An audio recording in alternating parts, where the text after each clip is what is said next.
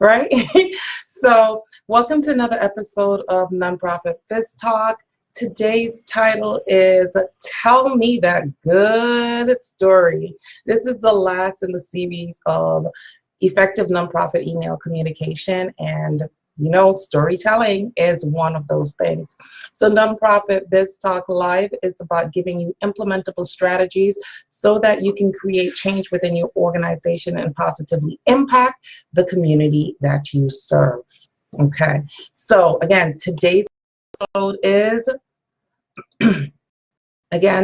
today's episode is called Tell Me That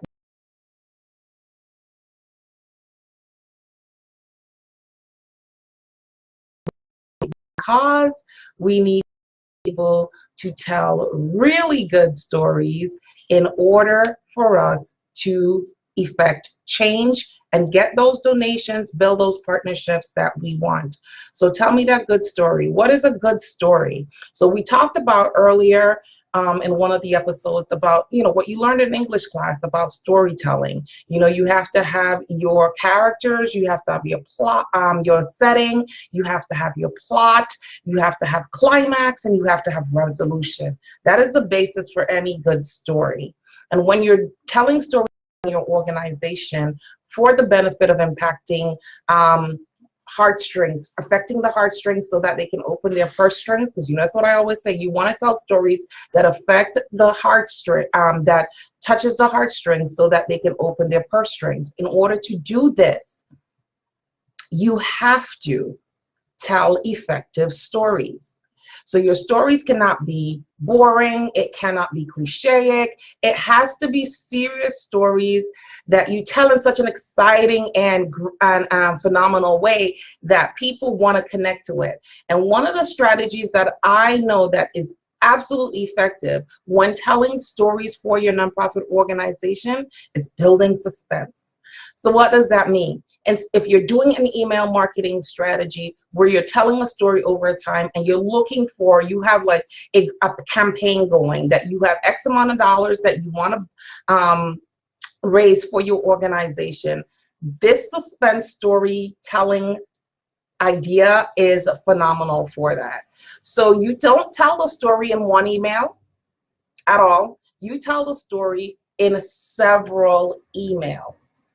Okay? So you're breaking the story down into like 3 or 4 pieces, and you're telling a piece of the story at a time instead of telling all of the story at once. It builds suspense. It gets you more clicks on your opens for your emails for those who have opened them before.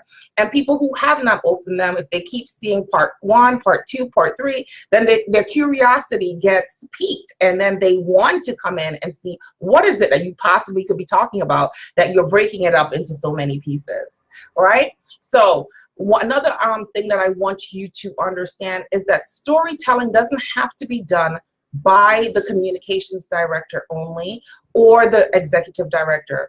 Everybody in your organization has a story to tell. Every single person. So the executive director has stories to tell because of their interaction with the clientele. Your volunteers have stories to tell because of their interactions with the clientele. All of your directors have stories to tell, and your board members should have stories to tell. And their stories should not only be about why they became a board member for the organization, why they believe in the cause, why the cause is important to them, but they should also have personal stories to tell based on their interaction with the clientele that you serve. So one of the things that I always suggest is that you get your board members to come in at least once a month for 2 hours and actually volunteer in one of your programs or sit in on one of your services so they can see what is truly going on. You don't want a distant board. You don't want them sitting on the sidelines just thinking about the operations of the nonprofit organization. They need to have a connection with the people who you are serving and be able to connect to those stories and connect to the people on a personal level. Also, you can tell stories from the prospect of the clientele. Of course, you have to get their permission to use their image and to use or if they're going to do video, you want to get a video release form done, some type of media release form done, so that they can tell their stories, how they became a part of this organization, what their woes were, and how your organization was able to help them get from point A to point Z, and all of the points in between. So your clientele are a great source of telling stories to your potential donors, community partners, and other clients as well. So because you remember, you want to get more clients, so they're a good source for that as well. When it comes to volunteers, not only do volunteers tell stories about their interactions with the clientele, but they can tell their own stories about how they became volunteers, why they became volunteers, and how being a volunteer for your organization has positively impacted their lives, and why other people should become volunteers. So you need to tap in to your excuse me, you need to tap into your organization for stories. You have a plethora of stories to be told within your organization. You're just not tapping into them correctly. Okay? So sit down. I want you today to sit down and think about who has stories to tell in your organization. Then I want you to create an email and ask people if they're willing to actually tell stories for your organization, so that you can start sending out effective emails that are going to be engaging and pull at the heartstrings of potential donors, whether they be individual, small businesses, or corporate. You want to pull at those heartstrings with your organization's cause on a very personal level. Okay, so I want to give you an example of a story that you can tell in several parts. So I'm not telling the story from a personal point of view, I'm just making up a story so that you can get an example of how you can tell a story on a personal level over a prolonged period in emails. And this same strategy, I don't want you to be mistaken, but this exact same strategy can be used for face-to-face interaction. You're just not going to prolong it over several visits. Of course, you're going to condense the story, and you're going to tell it to the person, and you're going to try to be as engaging, as impactful, as, upbeat as possible, and, tell the story in a way where you go through the ups and downs of the story with your voice and your physical appearance. So you want to be able to tell the story through, so that they connect with it on a physical level and an emotional level. So whatever you're doing, make sure that you are actually telling the story as if you were an actress or an actor, like how they do it in the movies. They cry when needs to be cried. I'm not telling you to cry, but your eyes will look teary-eyed. And most people, if you're really telling a good story, you're going to go through the emotions of the story, and your physical appearance is going to tell how you feel at that point in the story, as well as your voice, because you're going to have highs and lows in your voice, but you need to be able to translate those same emotions into your written story. And if you really can't do it, then I suggest that you do a video or hire someone to write your emails when you want to tell stories. So here's an example of one that I helped a client work on. So the client owns a shelter where she helps. It's not really a shelter, but it's like a halfway house, an in-between point, where she helps people get off the streets, homeless people get off the streets, get them housing, 3 square meals a day, medical, jobs, job training, whatever. So she helps them do all of that stuff. And she was having some financial issues and needed to be able to inject some revenue into her organization. So I gave her the strategy of telling the story over, I think we did 4 parts. It was a 4-part story. So we broke up the 4-part story into the first part. We are going to introduce them to the character, who is the homeless person that you're meeting. So you're going to introduce them to that. You're going to create the setting in their minds, and then you're going to leave them in suspense. So she was going to this coffee shop very close to where her office was on a daily basis. And there was this guy outside of the office panhandling every day, asking for money, you know, and there was something about him that she just connected with. And she went over and she spoke to him and she was like, I can give you the $2 that you're asking for, or I can help you to have 3 square meals a day, a warm bed to sleep in, shower, medical care, all of the services that she offered to him on that day. And he was like, no, I just need the $2. I'm not interested. Been there, done that kind of thing. And so she gave him the $2. She gave him her card. She was like, if you ever need my services, you know where to find me. We're just down the street.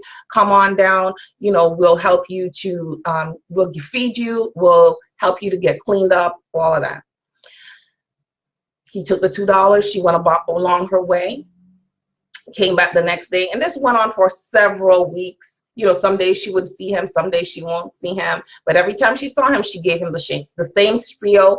She gave him the $2 or the $1 that he was asking for, and she went along her way. Maybe about 3 weeks after this went on, he came into the office, and she just felt an overwhelming sense of like, oh my God, it worked. He's actually here for help. So he comes in. She greets him with a warm smile, almost tears in her eyes. You know, her eyes are glossed over. She greets him. She tells him how good it is for him to be there, and she wants to help him. They went ahead. They got him cleaned up. They gave him a physical, got him some meals and a warm bed. And then you end the story right there. Now, is that the end of the story? Absolutely not. But you're going to end the story there and tell them, but this isn't the end of the story. It gets better. And stay tuned for our next installment of this story. Basically, that's what you're going to do. And of course, you're going to make sure that you want to help the homeless, help us help the homeless by donating to our cause. And then you put your donation button at the top. Remember, I talked about above the fold and below the fold. So you want to do that. And that will be part 1 of your story. And then the next week, you'll come back and you tell part 2 of your story. And part 2 of your story will pick up where you left off. So you got him medical attention. You got him 3 square meals a day, a warm bed, but he only stayed for a week. And that's where the story picks up. But he only stayed for a week. And then he went back out on the street. One day she came in and he was gone. So now you need to figure out, well, what happened? Where did we fail him? Why is he going back out on the street? He had a warm bed. He had clothes on his back. He had 3 square meals a day. He didn't have to be on the street. This is wintertime. Panhandling. Why is he back on the street? So she goes looking for him to find out what's going on. Why did you leave? Did something happen at our organization that you didn't like? You know, what was your reason for leaving the organization to go back out on the street? It just doesn't make sense to anyone that he would want to go back out on the street. So she finds him and he conveys to her why he went back out on the street. And it was more of insecurity. So one of the things that she realized that she did not offer in her services was what?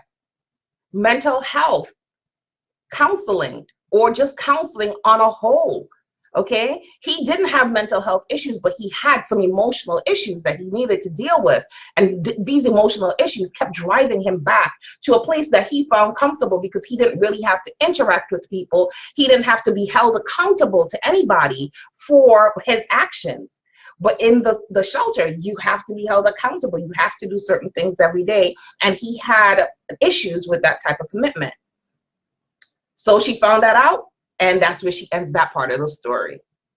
And then you tell them the same thing again, and stay tuned for the next part. And in the next part of the story, you tell them what happens then.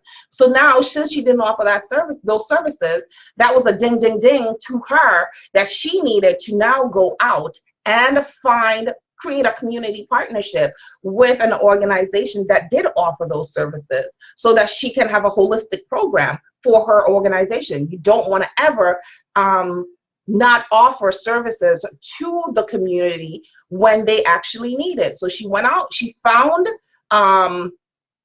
another organization that did a lot of counseling and mental health services, and she was able to get him into that program and back into her shelter. This is part 3 of the story. So you did part 1, you did part 2, now this is part 3 of the story.